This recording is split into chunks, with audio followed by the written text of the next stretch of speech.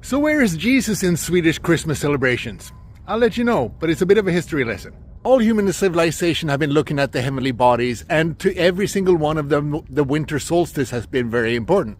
And that was usually celebrated by some sort of worship to some sort of deity. Then in the 4th century, the Romans decided that Christianity was going to be the state religion. Trouble was that their biggest celebration was a midwinter solstice celebration called Saturnalia, which was attributed to the god Saturn. Since paganism was supposed to be abolished, then that was not cool, but people still want to celebrate. So what happened?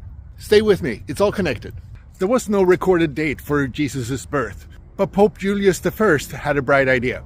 Someone managed to figure out that Jesus was conceived on the spring equinox, and 9 months later, on December 25th, he must have been born. So that was that.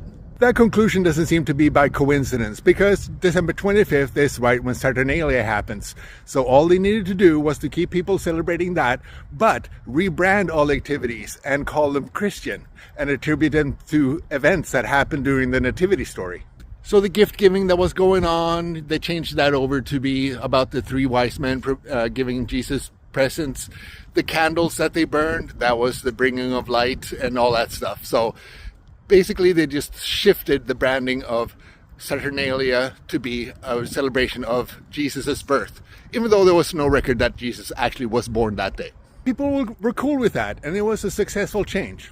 In fact, it was so successful that they used the same tactic on all the other tribes around the empire that had midwinter solstice celebrations. Just rebrand it. Fast forward 700 years or so to Scandinavia, when Christianity was starting to get a foothold there. The conversion was just as much a business decision as it was one of faith. Vikings decided that they wanted to do more trading than raiding, and it was easier to do business with people that had the same religion. So here's what happened. You had to be Christian in public, but you could worship the old gods in secrecy in the confines of your home.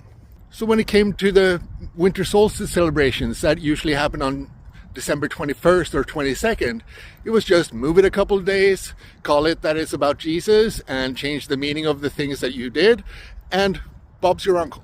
So within the confines of each other's home, it may or may not be that your Christmas celebration was actually about Jesus or something about the old gods. Now, Sweden became very Christian throughout the years, through the Middle Ages, like everywhere else.